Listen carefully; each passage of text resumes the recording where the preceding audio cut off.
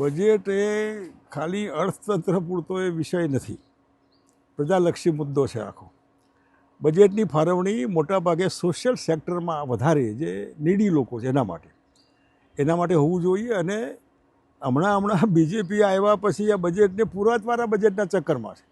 હંમેશા વિકસતા જતા અર્થતંત્ર માટે ડેફિસિટ ફાઇનાન્સ મસ્ટ હોય છે. ખાદ્ય પુરવણી એમાં કામમાં આવે જેથી દર વર્ષે એમાં એડ થતું જાય. પણ આ તો વગર સમજણે જે કંઈ છે શ્રી પુરાત જણશે ગુજરાતમાં જે લખતા હોઈએ છે એવું આ બજેટ એમ કે શ્રી પુરાત જણશે આવું ન હોય. ઠીક છે, જરૂર છે આજે એઆઈના જમાનામાં જે ડિજિટલ આખું અને સાયબર ફ્રોડ ચાલી રહ્યા છે, પણ ડિજિટલ એરેસ્ટમાં કલ્પના બહારના નાગરિકો એટલા બધા દુઃખી થાય, પરેશાન થાય, કરોડો રૂપિયાનું આધન થઈ જાય, ખબર ન પડે, બેંકમાંથી રૂપિયા ઉપડી જાય, સરકારને ખબર ન પડે, લોકોને ખબર ન પડે. અને જે કંઈ સાયબર ફ્રોડ છે એ તો દિવસે દિવસે વધવાનું જ છે. એ જેટલું આ ડેવલપમેન્ટ થવાનું એમાં ગુજરાત હમણાં એઆઈના ચક્કરમાં છે. તો એઆઈને એટલું બધું ડેવલપ તમે કરો જેથી કરીને આ સાયબર ફ્રોડ અને ડિજિટલ એરેસ્ટની દુનિયામાં ફટાક લઈને વિધિન મિનિટ્સ ખબર પડી જાય કે ક્યાં શું થઈ રહ્યું છે. એટલે આના પૂરો ઉપયોગ ગુજરાત આખા દેશમાં એવું રાજ્ય જે બજેટમાં એક આવો મુદ્દો મૂકે જેથી કરીને એની નકલ બીજા રાજ્યો કરે. આ ગુજરાતમાં થાય છે એવું નહીં, ગુજરાતમાં થાય છે છાપામાં આવે એટલે આપણે ખબર પડે, હરિયાણામાં થાય છે અને દિલ્હીમાં બધે થાય છે. પણ થાય તો બ્રેક મારવા સરકારની જવાબદારી છે આવા લોકોને બચાવવાની. તો સરકાર ખાલી બજેટ મૂકે એટલું નહીં, બજેટમાં સ્પેશિયલ આવા એક્સપર્ટ લોકોનો ઉપયોગ કરીને એમના માધ્યમથી આવું એક સ્પેશિયલ ચેપ્ટર મુકાય જેથી કરીને આવનાર દિવસોમાં આવા ફ્રોડ ન થાય. એટલું જ નહીં, નકલી ઘી, નકલી દૂધ, નકલી ફલાણું, નકલી શાક, દુનિયાભરનું નકલી, એનો પણ વિચાર આમાંથી થાય કે ખબર પડે કે આ કઈ દિશામાં આપણે જઈ રહ્યા છે.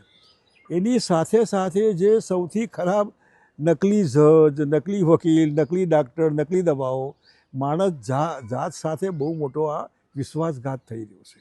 ગુજરાત સરકાર જો બિલકુલ આધુનિક રીતે વિચારવાવાળી સરકાર હોય તો આજે અને આવતીકાલે બનવાવાળા એન્ટી હ્યુમન જે કંઈ કારનામા હોય એ કારનામામાં નકલીવાળું હોય, બનાવટ હોય, આર્ટિફિશિયલ હોય, પ્રધાનમંત્રી કાર્યાલયનો ચોર માણસ હોય, આખી દુનિયામાં ફરે તો એ કોઈ રોકે નહીં. અને આ બધી બાબતોમાં વિધિન મોમેન્ટ્સ ખબર પડે એવી રીતના અર્થતંત્રમાં આખું એઆઈ ચેપ્ટર મૂકે જેથી કરીને સાયબર ફ્રોડ, ડિજિટલ એરેસ્ટ વગેરે વગેરેનો એમાંથી ઉકેલ નીકળે અને પ્રજાને એમાંથી રાહત થાય. ગુજરાત સરકાર પાસે એક્સપર્ટ ચીફ સેક્રેટરી, બાકીના ઘણા સરસ મજાના સેક્રેટરીઝ છે, કેટલાય એક્સપર્ટ લોકો છે, દુનિયાભરના એક્સપર્ટનો ઉપયોગ કરી શકે છે. અમેરિકા હોય, ઇઝરાયલ હોય, બધાનો ઉપયોગ કરીને આવનાર દિવસોમાં સાચા અર્થમાં તમે વિકસિત ગુજરાતની દિશામાં આગળ વધી રહ્યા છો. તો આવો અહીં આ એઆઈના માધ્યમથી આમાંથી પ્રજાને બચાવો. આટલી અપેક્ષા ગુજરાત સરકાર પાસેથી રાખીશ.